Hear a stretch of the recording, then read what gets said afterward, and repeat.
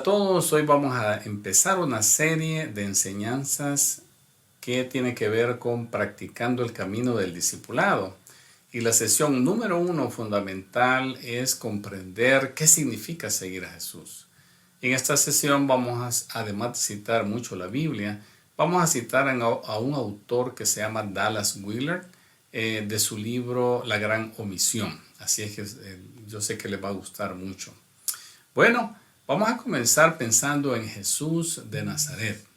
Si usted fuera un judío del primer siglo y viera a Jesús desarrollando su ministerio, enseñando en una sinagoga, caminando por esas regiones de Palestina, es probable que usted clasificaría a Jesús como un rabino o un rabí, como dice en la Biblia.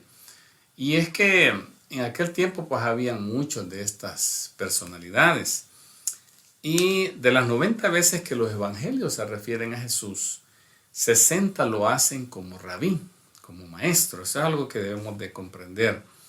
Decir que somos seguidores de Jesús hoy se ha convertido en una frase bien trillada. Y bien importante que definamos qué significa seguir a Jesús para que comprendamos este aspecto del discipulado. Vamos a leer Marcos 1 del 16 al 20, dice así: Andando junto al mar de Galilea, vio a Simón y a Andrés su hermano, que echaban la red en el mar, porque eran pescadores. Y les dijo Jesús: Venid en pos de mí, y haré que seáis pescadores de hombres. Y dejando luego sus redes, le siguieron. Pasando de allí un poco más adelante, vio a Jacobo, hijo de Zebedeo, y a Juan su hermano, también ellos en la barca que remendaban las redes. Y luego los llamó, y dejando a su padre Zebedeo en la barca con los jornaleros, le siguieron. Vamos a leer Marcos 2 del 13 al 14. Después volvió a salir al mar, y toda la gente venía a él, y les enseñaba, porque es lo que él hacía, era un maestro, un rabí. Y al pasar vio a Leví, hijo de Alfeo, sentado al banco de los tributos públicos, y le dijo: Sígueme. Y levantándose le siguió. Marcos 3, del 13 al 19. Después subió al monte y llamó así a los que él quiso. Y vinieron a él y estableció a 12, para que estuviesen con él y para enviarlos a predicar, y que tuviesen autoridad para sanar enfermedades y para echar fuera demonios. A Simón, a quien puso por sobrenombre Pedro, a Jacobo, hijo de Zebedeo, y a Juan, hermano de Jacobo, a quienes apellidó Boanerges, esto es, hijo del trueno, a Andrés, Felipe, Bartolomé, Mateo, Tomás, Jacobo, hijo de Alfeo, Tadeo, Simón el cananista y Judas Iscariote, el que le entregó, y vinieron a casa. Marcos 8, 34 al 37, y llamando a la gente y a sus discípulos les dijo: Si alguno quiere venir en pos de mí, niéguese a sí mismo y tome su cruz y sígame. Porque todo el que quiera salvar su vida la perderá, y todo el que pierda su vida por causa de mí y del evangelio la salvará. Porque ¿qué aprovechará el hombre si ganare todo el mundo y perdiere su alma? ¿O qué recompensa dará el hombre por su alma? Como ustedes pueden ver, el llamado de Jesús no era como lo hacemos hoy nosotros: reciba a Cristo para irse al cielo. Es a lo que yo le llamo andar repartiendo tiquetes para ir al cielo, boletos para el cielo. Jesucristo no andaba diciendo: crean en mí y váyanse al cielo. El llamado claro de Jesús es: vengan, síguenme, los voy a hacer mis discípulos. El llamado de Jesús era así. La palabra en hebreo para discípulo es una palabra que dice talmidim, que significa discípulo, seguidor, estudiante o aprendiz.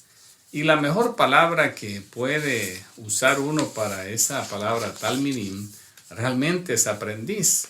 Y cuando hablamos de aprendices, aquí en nuestro país se redujo mucho esto de los aprendices de los años 70, ¿verdad? Cuando habían estos jovencitos que llegaban a talleres de carpintería, de mecánica, a aprender un oficio, y debido al abuso del cual eran objeto, el Ministerio de Trabajo tuvo que restringir todo eso, pero todavía existen.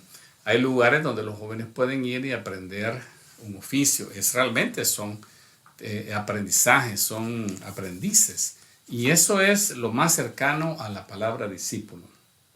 Y en realidad el discipulado no se lo inventó el Señor Jesús. Habían muchos rabinos judíos practicando este asunto de discipular a otros. De hecho, cientos de años antes, como ustedes recordarán, ya Platón era discípulo de Sócrates. Eran estos famosos filósofos peripatéticos, ¿verdad? Que quiere decir que andaban caminando y andaban reflexionando y sus discípulos andaban detrás de ellos. Pero era una cosa 24/7, todos los días con ellos. Eso es muy importante comprender cómo era el discipulado en el primer siglo para que nosotros podamos sacar conclusiones cómo lo deberíamos de utilizar ahora lo más cercano que podamos. El discipulado entonces era parte de la cultura del primer siglo. Cuando hablamos de discipulado, es muy importante que comprendamos lo que significaba en los tiempos de Jesús para entender lo que Jesús espera de nosotros en el día de hoy. Había una estructura realmente de enseñanza para los judíos desde que eran niños. El primer nivel de discipulado se llamaba Bet Sefer, o la casa del libro, o la escuela donde iban a aprender los niños hasta que tenían 12 años de edad. Allí aprendían a leer lo básico para poder desenvolverse, pero en especial aprendían lo que nosotros le llamamos la Biblia. Y a la edad de 12 años, los niños ya sabían de memoria el Pentateuco. ¿Se imaginan ustedes 5 libros de la Biblia memorizados a la edad de 12 años? ¡Qué cosa más increíble! Al pasar esa edad, pues las niñas estaban listas para hacer familia, así era en aquel tiempo. Y los niños pasaban a aprender el oficio de sus papás. Pero había un segundo nivel que se llamaba el Beit Talmud, o la casa del aprendizaje, que estaba construida precisamente junto a la sinagoga. Y los niños más sobresalientes entraban a esta escuela a los 14 o 15 años. Y era una cosa de aprender todo el resto de la Biblia y memorizarse en lo posible todo el Antiguo Testamento. Casi todos paraban ahí de aprender, pero si imaginan usted el nivel de aprendizaje que tenía esta cultura, los que podían entrar a un tercer nivel que se llamaba el nivel del Talmidim, del discípulo, era lo mejor de lo mejor de lo mejor. Muchachos muy inteligentes que conseguían una entrevista con un rabino para ver si los aceptaba ser sus discípulos. Y los rabís los entrevistaban y les hacían muchas preguntas para ver si tenían esa capacidad intelectual, si tenían ese deseo, esa pasión por realmente convertirse en un rabí. Y entonces así los aceptaban. Y les decían algo parecido a esto: ven y conviértete en uno de mis talmidim. Así como Jesús les decía, vengan y los voy a hacer discípulos. Eso es lo que un rabino diría. Es muy parecido a lo que Jesús hizo con sus discípulos. Supongamos que usted fuera, digamos que usted fuera aceptado en una de estas escuelas de discipulado como talmidim de uno de estos rabís. Usted tenía 3 metas. La primera de esas metas era estar con su maestro. Y esto suena mucho a lo que en Marcos 3:14 dice Jesús, que los llamó para que estuvieran con él. Precisamente eso era, estar con el rabí, con el maestro, significaba estar todos los días con él, comer juntos, dormir en la misma habitación, aprender todo lo que podían de su maestro. Hasta había una bendición en aquel tiempo que decía algo así como que seas bendecido de modo que al final del día seas cubierto en el polvo de tu rabí. Y esto era pues porque literalmente caminaban calles de tierra y detrás iban los discípulos todo el día, y si tenían suerte o eran bendecidos, como decía ahí, iban a quedar cubiertos del polvo de las pisadas de su maestro. Bien interesante esa figura. La otra meta que tenían los discípulos era ser como su maestro. Aquí se parece a lo que Jesús les dice: síganme y los haré pescadores de hombres. Aquí hay algo que tenemos que aclarar, porque todos creo que hemos tenido una comprensión bien superficial sobre este llamado a ser pescadores de hombres. Y en realidad un pescador de hombres era una frase que se le decía a un rabí, que fuera un rabí brillante, un maestro de aquellos que capturaban la mente y la imaginación de las personas, pescaban a los hombres en el sentido figurado con sus discursos. Entonces, ser un pescador de hombres realmente quiere decir te voy a convertir en un gran maestro. Jesús estaba diciendo síganme y los voy a hacer grandes maestros así como yo.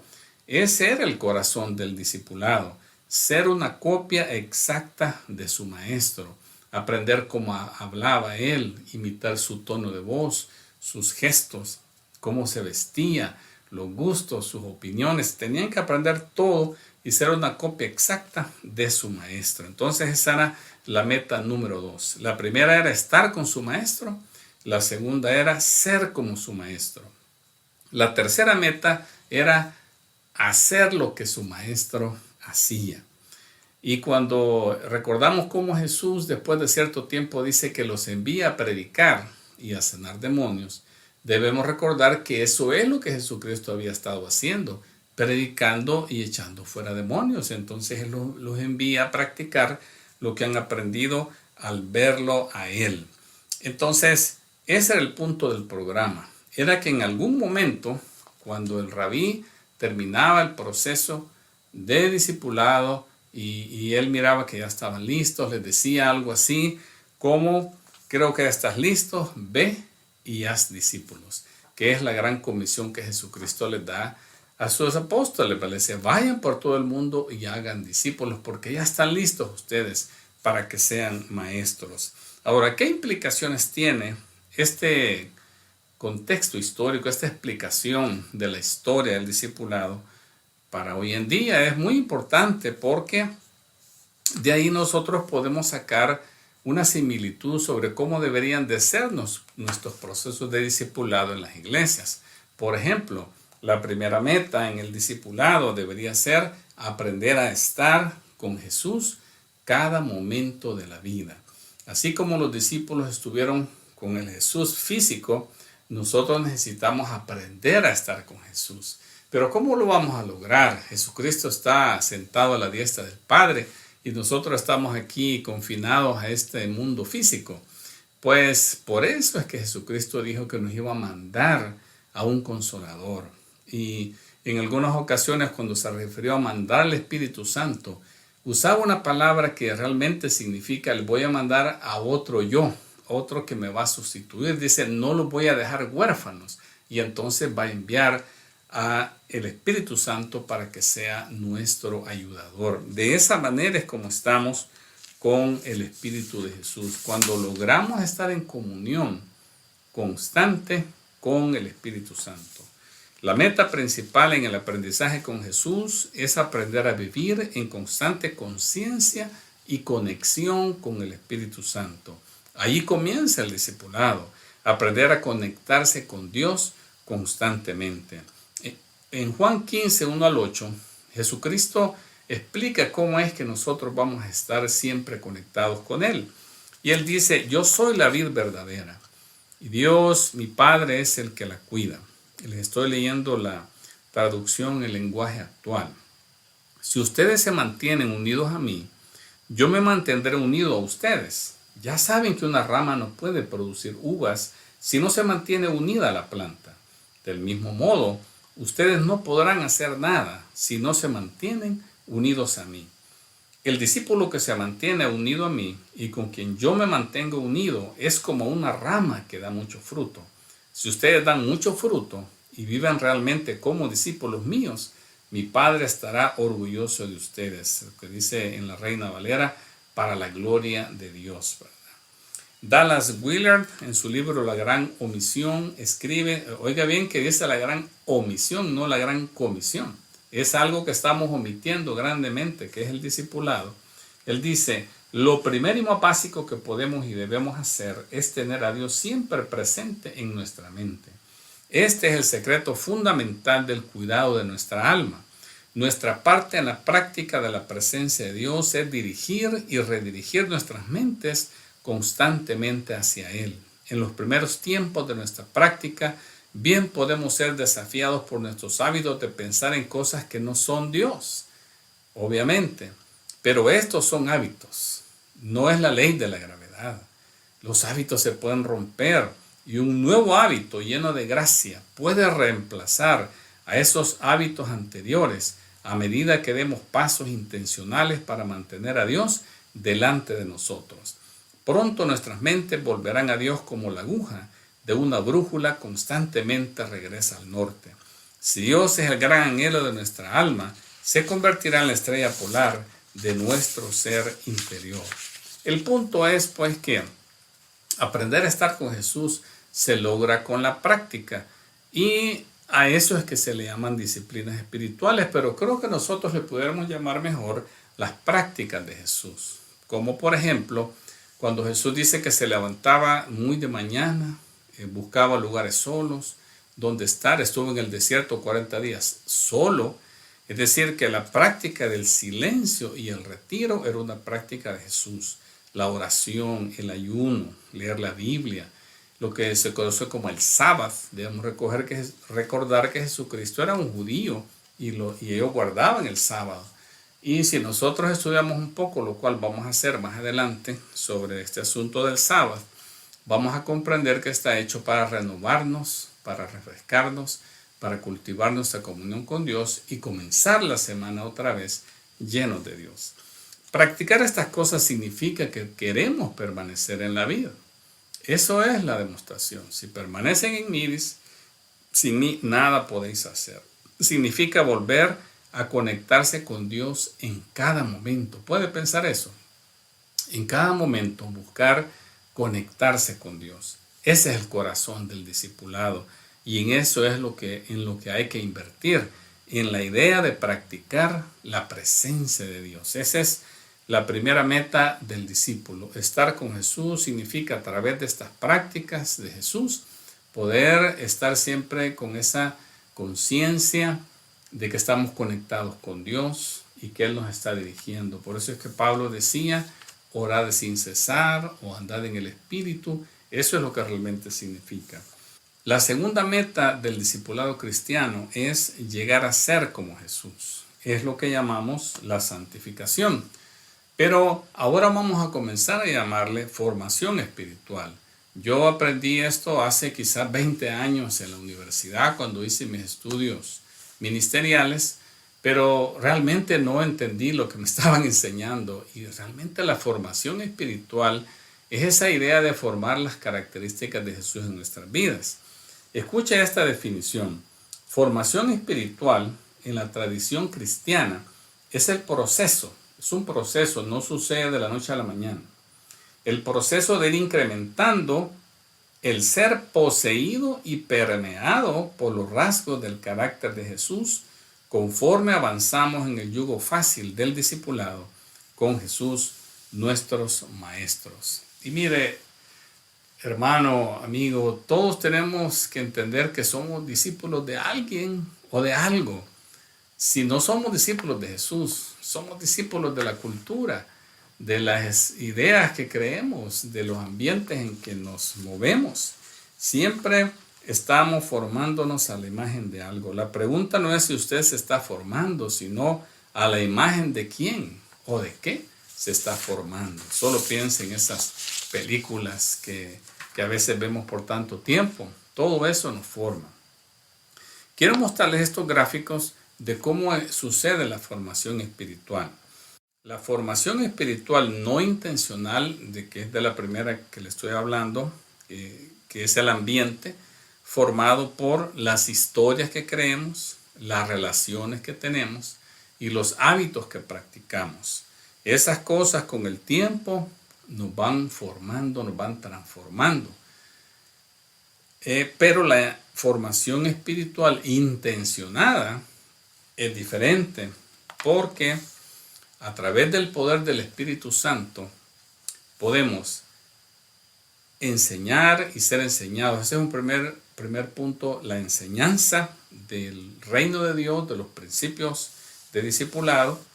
La prácticas es ejercitarse y la comunidad donde rendimos cuentas y convivimos con otros cristianos y nos animamos a seguir adelante, todo a través del poder del Espíritu Santo. Imagínese usted, ¿cómo me respondería a esta pregunta? Si Dios le concede vida en los próximos 10 o 20 años, ¿a la imagen de quién va a ser usted? ¿Cree que va a ser más parecido a Jesús? Y si usted dice que sí, ¿cómo lo puede demostrar? ¿Qué está haciendo? ¿Qué ejercicios hace para poder llegar a ser a la imagen de Jesús? Estamos hablando de transformación interna y esto toma práctica.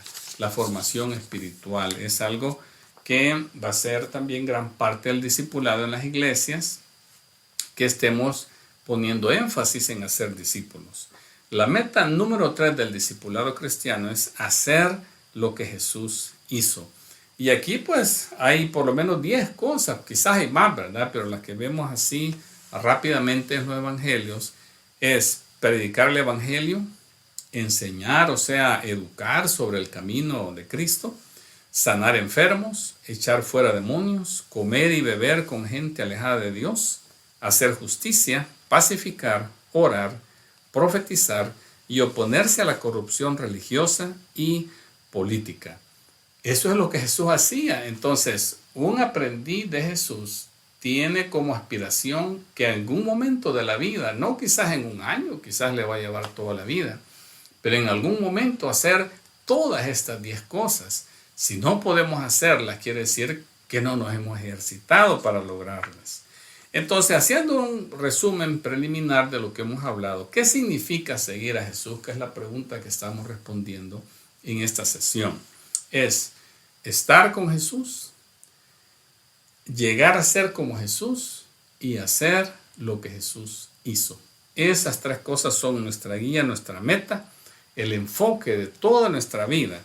Es lograr hacer eso. No quiere decir que todos nos vamos a meter a ser pastores, no. Donde quiera que sea nuestra profesión, médicos, abogados, enfermeras, amas de casa, estudiantes, empresarios, todos en su lugar deben de ser discípulos de Cristo y practicar ahí, como ellos puedan, la presencia de Dios y el exhibir una conducta cristiana. Entonces, quiero recordarles que Jesucristo no andaba diciendo háganse cristianos, porque la palabra cristiano solo se usa 3 veces en la Biblia.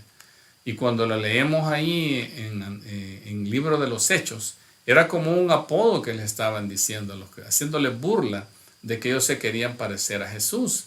Y por eso les pusieron así, y así nos quedó el nombre, como muchos movimientos religiosos de la historia llevan nombres de los apodos que se les pone y muchas veces son para mostrar rechazo, para hacerles burla.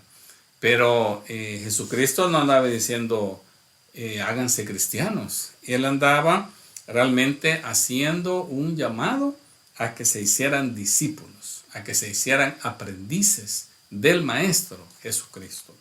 Ser cristiano en estos días, si hacemos una encuesta, ¿qué es ser cristiano? Ustedes leen los periódicos, hay algunas encuestas que le preguntan a las personas qué religión profesa. Aquí en El Salvador, predominantemente decimos cristianos. Pero, ¿qué es ser cristiano? Para muchos, la gran mayoría solamente es ir a una iglesia cristiana de alguna denominación cristiana.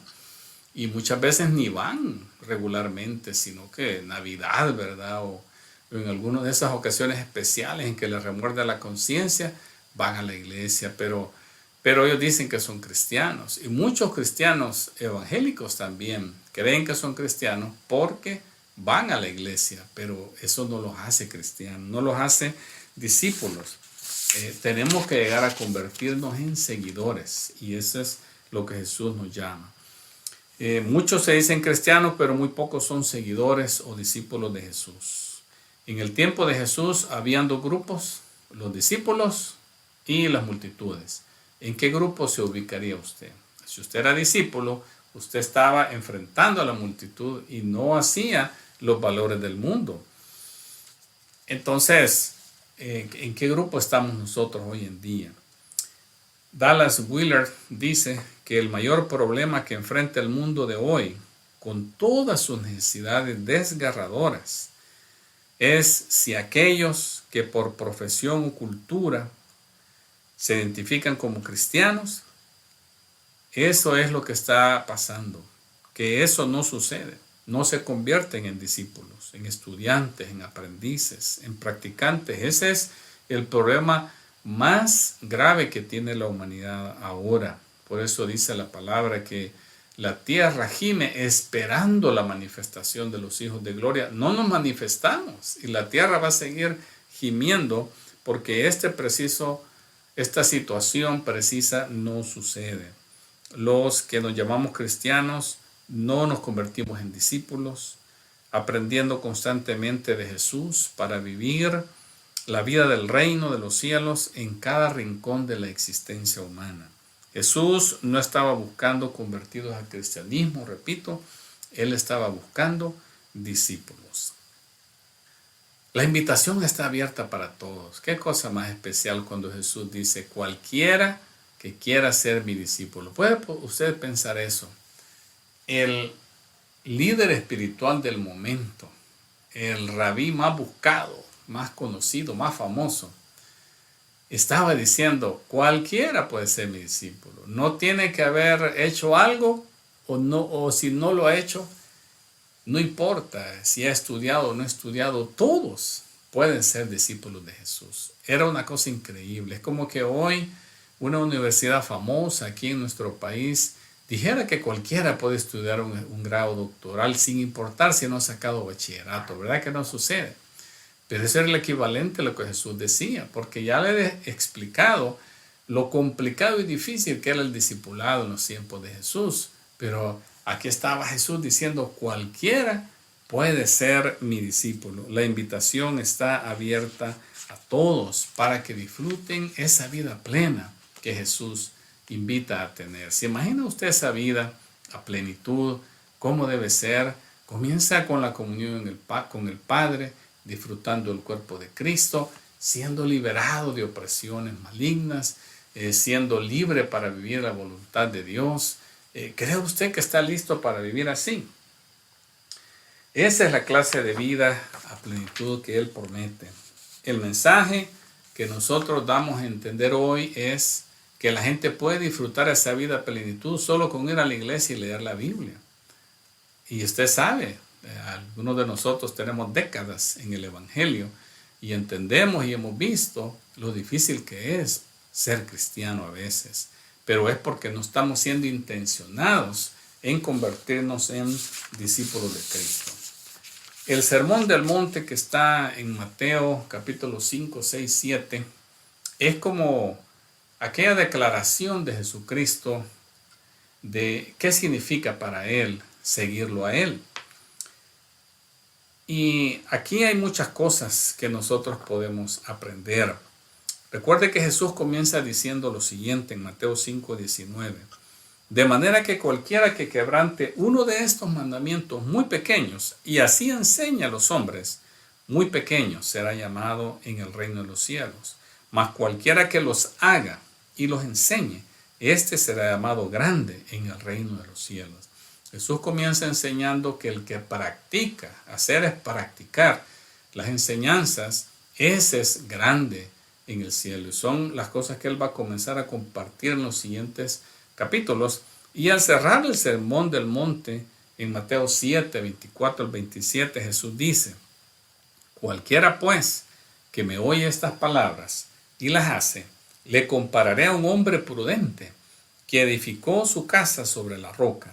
Descendió lluvia y vinieron ríos y soplaron vientos y golpearon contra aquella casa y no cayó, porque estaba fundada sobre la roca. Pero cualquiera que me oye estas palabras y no las hace, le compararé a un hombre insensato que edificó su casa sobre la arena. Y descendió lluvia y vinieron ríos y soplaron vientos y dieron con ímpetu contra aquella casa y cayó, y fue grande su ruina. Jesucristo abre y cierra el Sermón del Monte con una advertencia a practicar. Eso es lo que nos ha estado faltando a nosotros en nuestros esquemas de discipulado. Hablamos de clases de discipulado como si la información va a producir transformación y eso no sucede. nos hace falta practicar. Significa practicar durante toda la vida. Pero aquí es una cosa muy importante. No estamos hablando de ver la lista de cualidades morales, de hacer y no hacer que está en el Sermón del Monte y esforzarnos para hacerlas. Eso no es la idea. Significa entrenarse para poder hacerlo. Eso es lo que Jesús está diciendo. Igual que aprender un idioma. Tiene usted que aprender a memorizar, tiene que practicar. Y con el tiempo, meses, quizás años, usted domina un idioma, una profesión, un oficio. Toma años en aprender. Cualquier cosa que usted quiera dominar, le va a tomar tiempo si usted lo practica todos los días. Dicen que la práctica hace al maestro. Eso es lo que hace falta en nuestros planes de discipulado. Imagínense que usted está fuera de forma y quiere participar en una maratón. ¿Cree usted que va a sobrevivir? Son 42 kilómetros y un poquito más. 42 kilómetros. Es una barbaridad. Y no cualquiera lo hace. Yo le digo, si usted está fuera de forma y quiere hacer una maratón, por mucho que oren por usted, que lo unjan, que le profeticen que va a terminar, no lo va a lograr porque no tiene la forma física para hacerlo. Es más, hasta se puede morir. Es una cosa bien difícil. Pero usted puede correr una maratón. Todo lo que tiene que hacer es practicar todos los días. Y por ahí descansa a veces, ¿verdad? Pero usted puede ir sumando distancia poco a poco, semana a semana, mes a mes. Y en 1 o 2 años usted puede estar listo para hacer esta competencia tan larga. La vida plena, entonces, el ser como Jesús toma ese tipo de práctica, una práctica constante. Y eso es lo que va a distinguir nuestros discipulados en los sistemas que estamos creando para las iglesias. Estoy seguro que esto ha sido algo buenísimo para su vida. Y espero sus comentarios para que sigamos aprendiendo sobre cómo ser seguidores de Jesucristo.